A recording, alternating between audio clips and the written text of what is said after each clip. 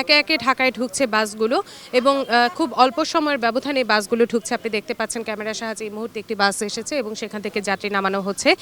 তো এখানে কয়েকজন যাত্রীর সঙ্গে আমরা কথা বলেছি, তারা আমাদের যতটুকু জানিয়েছেন যাত্রাপথে তাদের খুব একটা বেশি ভোগান্তি পোহাতে হয়নি, যেহেতু যানজট তেমন একটা ছিল না যতটা ছিল যাওয়ার সময়। অর্থাৎ যেহেতু অফিস একই সময় ছুটি হয়েছিল, সবারই একই দিনে যাওয়ার একটি তাড়া ছিল, ফলে তখন রাস্তায় যানজট বেশি ছিল, বাস ঢুকতে সময় নিয়েছিল। কিন্তু এখন টার্মিনালে বাস ঢুকতে খুব একটা বেশি সময় নিচ্ছে না।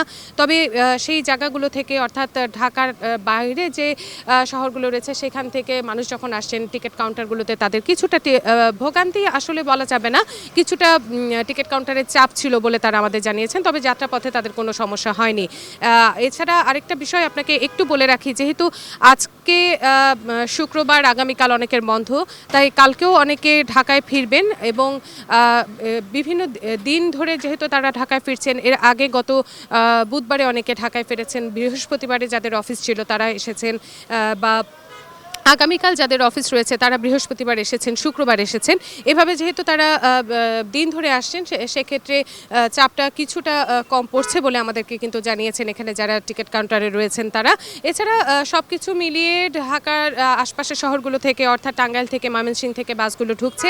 এর বাইরে যে দূরপাল্লার বাসগুলো রয়েছে, যেগুলো রংপুর থেকে আসছে বা অন্য জায়গাগুলো থেকে আসছে, সেগুলোও 11টা সাড়ে 11টার মধ্যে টার্মিনালে ঢুকে যাবে বলে আশা করা হচ্ছে নির্ধারিত সময়ের মধ্যেই। তো এই কিন্তু ছিল আমার কাছে থাকা মহাখালী বাস টার্মিনাল থেকে সবশেষ খবর শান্তা। নগদের কাছে সব গ্রাহকই প্রিয়, তাই তো সারা দেশে ক্যাশ আউট চার্জ সবচেয়ে কম।